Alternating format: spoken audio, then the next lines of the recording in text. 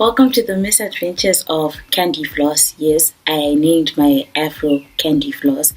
This is very weird what I'm doing right now. I'm still trying to get used to talking into a camera by myself without looking stupid. Of course, you're going to look stupid to other people, but that's just the point. So, without further ado, I'll get straight into the video. So, I decided to share my experiences with you, like 11 things I found out the hard way after becoming natural. Yes, I know. I should have done my research before I just decided to big chop, right? But, life just happens, and, unfortunate circumstances push you to big chop earlier than usual.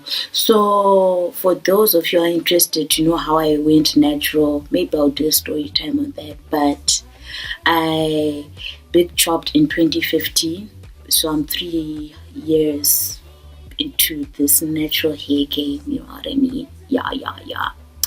So, my 11 things that I found out the hard way after becoming a natural. When they say experience is the best teacher, they're not lying, really. So, the first thing I found out the hard way, yes, I wrote it down in my little notebook, okay? So forgive me if I'm just looking down. I'm looking at my notes. So the first thing I learned the hard way after becoming a natural is the importance of deep conditioning. When I became natural, I just thought that, I didn't need to do deep conditioning. I didn't even know what deep conditioning was, to be quite honest. Well, I had an idea, but when it came to executing it, it was a hot mess. Like this one time, I think I still had a teeny weeny afro, and I took Tresemme conditioner after washing my hair. Also, I used to wash my hair a lot, like every day. I used to wash my hair when I had a TWA, and with natural hair, you can't afford to do that.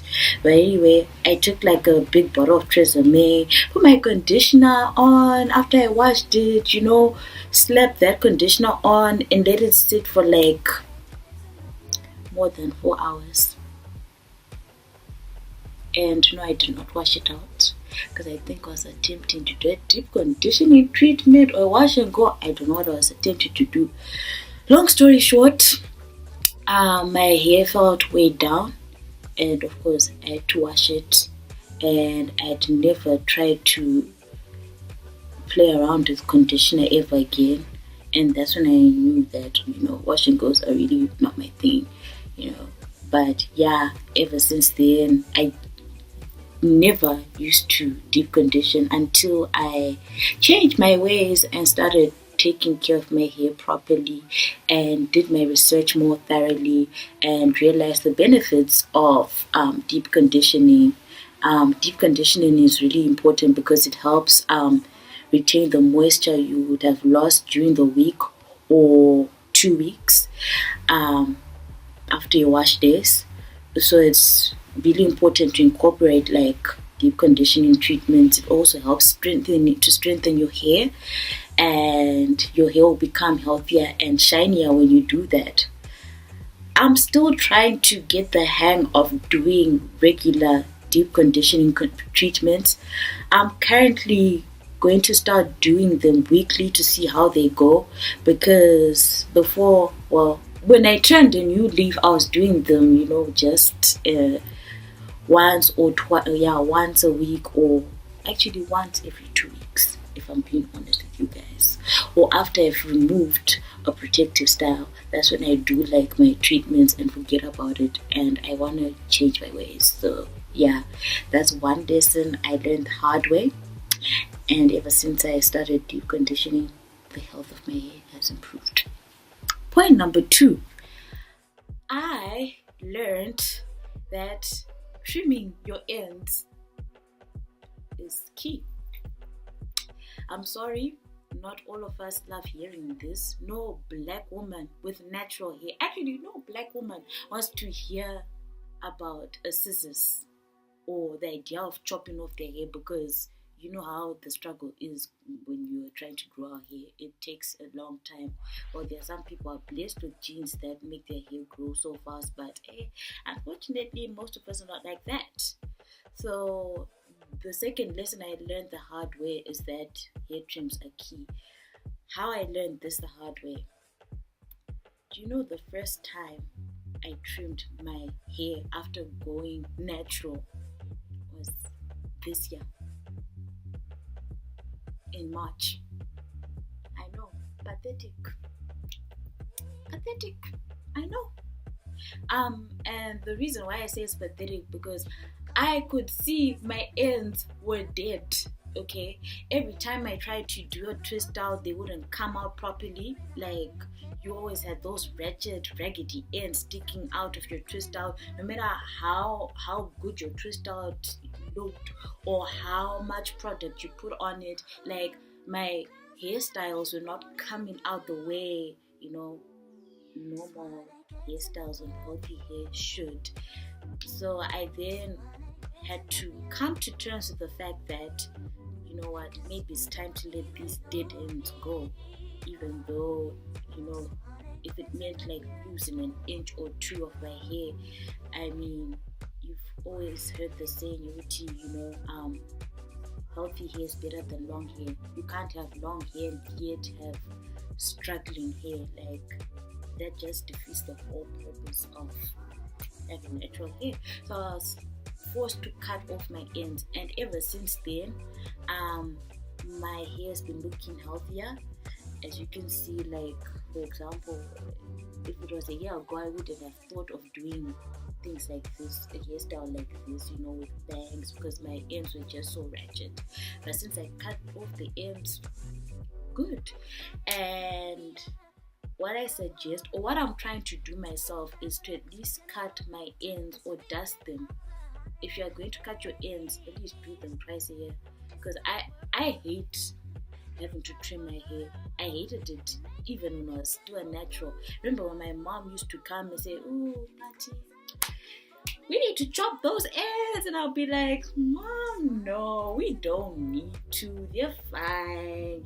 It's something I have to get used to. I'm getting used to. I'm practicing good hair things. So, yeah. And when you cut your ends, your hair will grow more. Cutting your ends is not like a dream smash, really. So, that's one hard lesson I learned after becoming natural. That thing with being of heat. I said it. I mean, don't get me wrong. I'm not here to tell people like, oh yeah, don't use heat. Heat is so bad. Heat is the devil. Heat is the devil if you abuse heat. Let me tell you why I learned this lesson the hard way. When I was relaxed for about 8 or 9 years. I used to use heat on my relaxed hair every day, like curling, or if not every day when I was busy, I would use it like 5 times a week, 4 to 5 times a week. That's a lot, right? Then imagine went from that lifestyle to natural hair where you can't afford to be using that much heat over the course of the week or the month, because you fry your ends, you end up with split ends and one strand knots, knots, and those are like our enemies. So if you're going to use heat, just aim to use it maybe once every 2 weeks if you're a heat junkie. Thank God I turned over a new leaf. Like, it's been a year since I've used heat on my hair, so I'm really proud of myself for that. And also I've seen more positive outcomes from cutting out heat from my hair regimen. Like, my hair is now full of life, I guess, or almost. We're getting there, but it's better than it was before. And I'm seeing less split ends, or since I cut my split ends, but less of that is occurring because I don't use heat anymore. So if you're a heat junkie, I'm not here to tell you don't use heat, but use it in moderation, and also use heat protectant. Then your life will be set. I mean, if you want to fry your ends, do it. But this natural here, no, I'm done with that. Then the fourth one. This one, yeah. The fourth lesson I learned the hard way was the importance of protecting my hair at night. What do I mean by protecting my hair at night? I mean covering it with a silk bonnet, a silk scarf, or a satin scarf. If you don't have those things, it's fine. You can just get, well, I steal my mom's satin scarves because she doesn't use them. So I just steal them and put them on my pillowcase. Beforehand, I never used to do that. So my hair would wake up dry. I would see little breakage, from the friction caused by you moving during the night and like cotton pillowcases. And my hairline obviously suffered from that, as a result of that. So this year or last year, I really started diligently making it a point to protect my hair when I'm sleeping.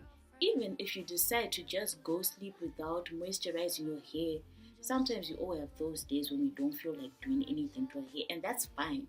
Just remember to protect your hair when you go to sleep. Yeah. So that's a lesson I learned a little too late, and that was a factor that contributed to my ends looking raggedy as well. So I changed. I'm a new person. I no longer do that, and hopefully other people follow suit. Number 5. I never used to do protein treatments because I never used to see the need to. But when you're a person who used to use heat like me, because my first and second years when I was a natural, I used to blow dry my hair because I was so used to having longish hair, like shoulder length hair, that it became so weird to me, having like a little teeny weeny afro and the shrink. I just couldn't deal with it. I didn't love my hair at all, so I used to blow dry it. And when you do that, you need to do protein treatments, especially when you use heat or you do chemical things like you dye your hair to blonde or whatever. You need to do like protein treatments because they help repair like the damaged parts of your hair, like your cortex and all. Yeah, when you do those treatments, but it's not something to do regularly, because if you do it regularly, you end up having dry, brittle hair, and it might break off due to too much protein. So my suggestion is finding a balance between protein treatments and deep conditioning treatments, And if you're going to do a protein treatment, do it before you put it in a protective style, or when you take out a protective style, especially when you take out your protective style, like that's where you need to do a protein treatment to fix anything or the breakage that's going on, or try render it rather, because it won't solve all your breakage problems in one go, And the frequency, if you don't have dyed hair or you don't use heat that much, frankly speaking, you can do like a protein treatment once a month. But if you are a person who dyed their hair to lighter colors such as blonde, or those exotic colors like turquoise, you need to do those more often. So I learned the importance of protein treatments. I now do it once a month, or combine it with deep conditioning. Number 6.